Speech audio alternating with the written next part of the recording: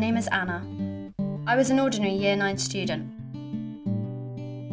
I love my friends and often talk to them online. James. What a lovely boy. Or so I thought. He was so nice to me. He called me beautiful. How could a boy like James like a girl like me?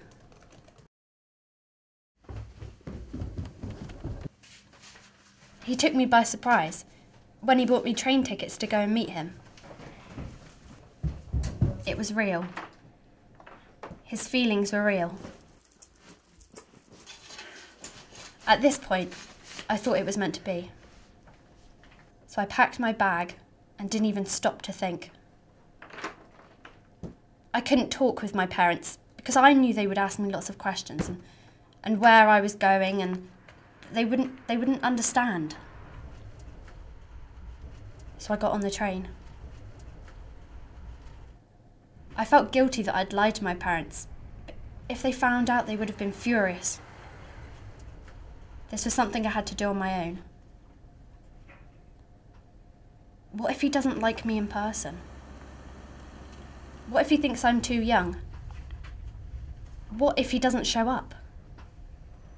There was an older man that looked like him. But that couldn't be him. Or could it? He said to me, "Hello Anna, I'm James." It was definitely James, but he was a lot older than he'd said. He told me his friend was giving me a lift because he didn't have a car. He grabbed me and pushed me onto the back seat. It hurt.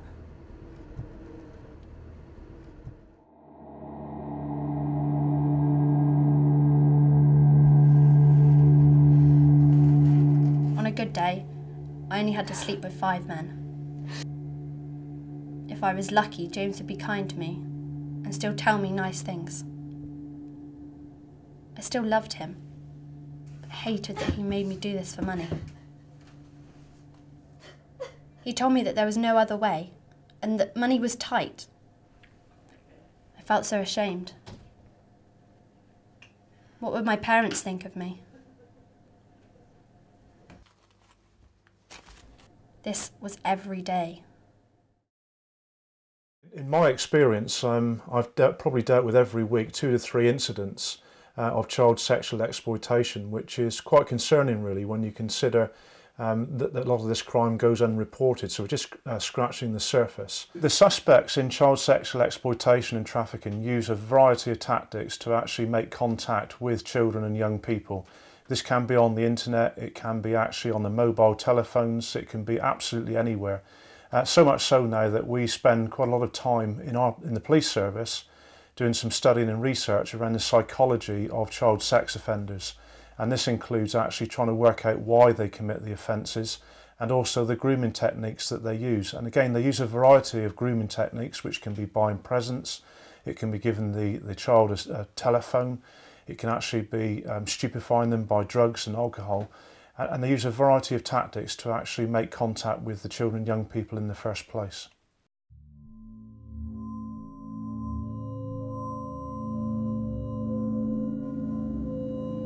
I often found myself on the streets, just to pass time. I saw other girls and thought, that used to be me. I felt trapped. I thought that my parents would not want me back, but I had nowhere else to go. I never felt so alone. I often thought about calling home, but James' words came back to me. "You can't leave. Everyone would be ashamed of you."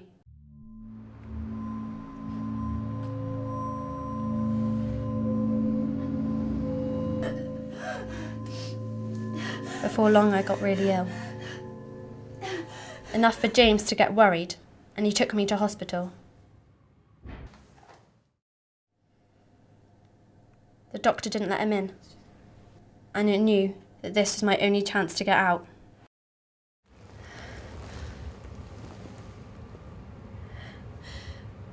Please help me.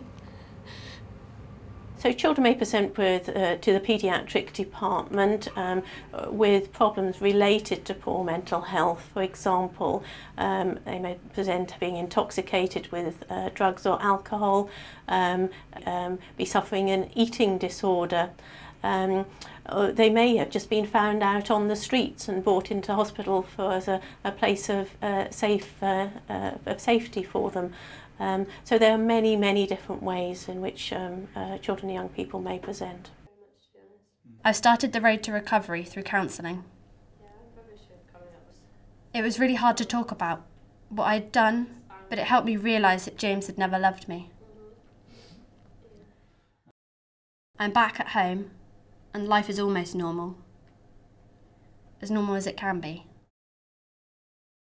But before you even get to think about diagnosing such young people, it's worth thinking about the kinds of emotional difficulties with which they present, or the effects of the trafficking upon their emotional state. And it would be fair, I think, to say that the majority of young people who've been through such experiences would be very anxious, very watchful and vigilant of people around them, very aware of potential difficulties and lack of safety, fearful, possibly sleepless, and perhaps low in their mood. If I could go back in time, I'd want to say to myself, stop. How could someone love me when they've never met me?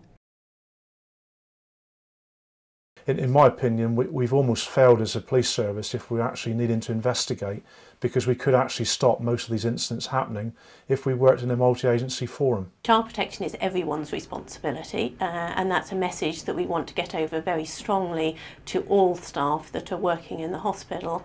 And it's particularly important with this hidden form of abuse that everybody is aware of it. People are limited in their awareness of its occurrence, and probably at the same time as being limited in their awareness, don't particularly really want to perhaps understand and to engage with what it means about our society.